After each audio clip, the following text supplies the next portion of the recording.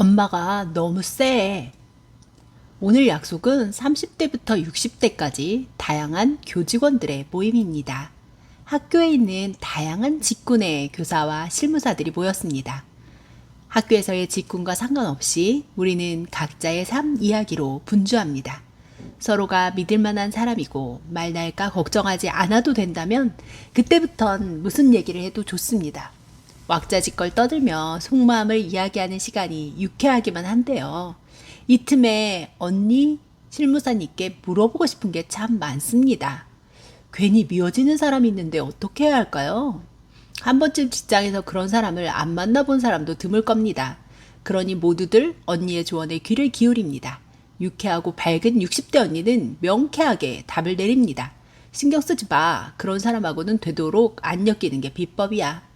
꼭 만나야 하는 사람이 아니면 마음에서 지워버리면 그만인데 그게 잘 안 됩니다. 언젠가 남편과 나눴던 대화가 오버랩됩니다. 가족이 못 견딜 사람일 수도 있는데 우리는 서로 말도 잘 통하고 봐줄만 하니 얼마나 다행이야. 남편과 아내가 서로에게 가장 좋은 친구가 되어준다는 건 참 복받은 일이야. 나와 마주치지 않는 사람이니 멀리하라는 언니의 조언을 들으며 생각을 지우자 합니다. 그러나 가만히 있어도 자꾸 마음이 건드려집니다. 그분은 속내를 잘 안 드러내는 분이라 뭐라 말하기가 어렵네. 같이 말을 섞어본 실무사쌤이 한마디 거듭니다. 아하, 그거였구나. 솔직하지 못한 사람. 뭔가 꿍꿍이가 있어 보이고 음흉해 보여. 속마음을 솔직하게 표현하는 나로서는 불편할 수밖에 없겠구나. 나는 마음속에 말을 간직하지 못하는 스타일이니. 그제서야 답을 알겠습니다. 자꾸만 나의 마음을 건드리는 사람의 이유를 이제 알 것 같습니다. 역시나 그들의 문제가 아니라 늘 내 마음의 문제이지요. 한참 재미있는 대화가 이어집니다. 성형 이야기부터 여행 이야기, 소개팅 썰까지 주제가 아주 자유분방합니다. 선생님, 사주 잘 보는데 혹시 아세요? 제가 모태신앙이라 한 번도 점이나 사주를 본 적이 없는데 궁금하더라고요. 호기심? 인생에서 언니를 만나는 일만큼 즐거운 경험은 없습니다. 나도 철학관에 딱 한 번 갔어. 애들 고등학교 때 공부도 잘 안 하고 미래도 걱정돼서 갔었지. 철학관은 전보다 나을 것 같아서. 근데 거기서 그러더라. 우리 애들이 굉장히 순하고 착한 애들이래. 알아서 놔둬도 잘 사는 애들인데 엄마가 너무 세대. 남편한테 눌린 길을 애들한테 풀어서 애들이 힘들다더라. 언니 선생님 이야기를 듣는데 가슴이 따끔따끔했습니다. 우리 집 이야기를 하는 것 같아서였습니다. 난 사실 규칙이 딱 3개뿐이었거든. 엄마 아빠 부끄러울 일은 하지 말아라. 돌아서서 후회할 짓 하지 말아라. 모든 일에 최선을 다해라. 뭐야, 너무 어려운 규칙이잖아. 그렇게 살기 너무 힘든데. 우리는 모두 왜 철학관에서 센 엄마라고 했는지 단번에 이해했습니다. 한 가지 규칙도 갖고 있지 않은 나로서는 그나마 센 엄마면서 지켜야 할 규칙이라도 없는 상황이 다행이다 싶었죠. 어렵긴 하지. 그런데 그 이야기 듣고 나서 반성 많이 했어.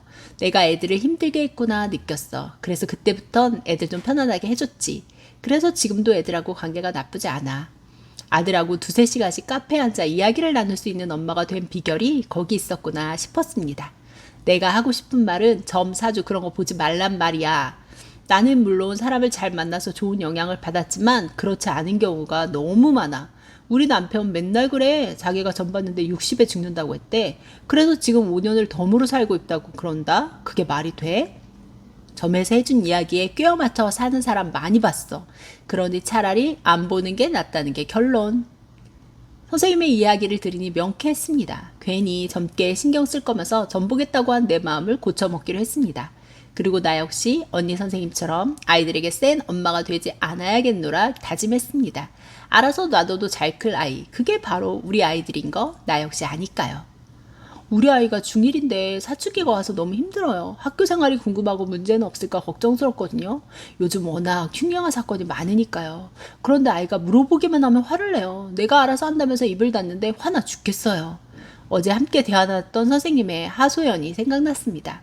아이는 혼자서도 잘하고 있다는 걸 엄마에게 보여주는 거예요. 그러니 캐묻지 마세요. 아이가 잘하고 있다면 잘하고 있는 거예요. 걱정 안 하셔도 돼요. 하지만 그 선생님은 나의 말에 전혀 동조하지 않았습니다. 진짜 그래도 될까요? 너무 불안해요. 아이를 믿으세요. 아이가 아직 미성숙한데 알아서 한다고 하니 못 믿어온 마음인 거 알겠어요. 하지만 큰 문제 없을 거예요. 학교에서 전화 오거나 경찰서에서 연락 온 적 없잖아요. 아이가 힘들다고 울거나 우울해하지 않잖아요. 그럼 큰 문제 없는 겁니다. 하지만 첫 아이이자 외동아이니 엄마가 걱정되고 아이를 알고 싶은 마음을 쉬이 놓을 수는 없어 보였습니다. 아이가 스스로 말할 수 있는 분위기를 만들어주세요. 금요일 저녁 좋아하는 음식 해주면서 기분 좋게 만들어주면 아이가 술술 말할 거예요. 절대 먼저 물어보지 마세요. 그럼 아이가 자기를 통제하려 한다 생각하고 말문을 닫게 되니까요. 사춘기 아이들은 혼자서 해내고 싶어해요. 그 마음을 인정해주세요. 특히 말투로 기분 나빠하지 마세요. 그때는 그 말투가 디폴트 값입니다. 실제로 내 중학교 1학년 아들한테는 말도 못하면서 조언은 술술 잘도 나갑니다. 중1 사춘기 딸을 둔 엄마 선생님은 반만 동의하고 반은 이해하지 못한 채 대화를 마쳤습니다. 아마 쉽게 아이를 통제하고 알고 싶은 마음을 놓을 수는 없어 보였습니다. 아이가 잘 살았으면 좋겠습니다. 엄한 길로 가거나 상처받을까봐 무서워요. 하지만 그 두려움과 걱정은 아이가 제 몸을 가두기 시작할 때까지면 족합니다.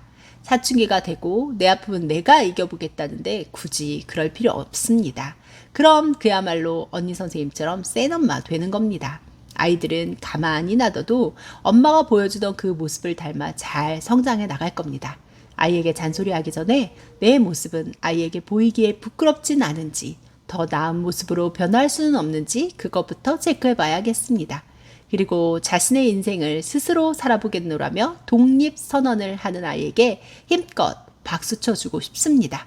아이를 통제하고 간섭하고 제 기준대로 끌고 가는 센 엄마가 아니라 아이의 홀로 서기를 응원하고 격려해주는 약한 엄마가 되어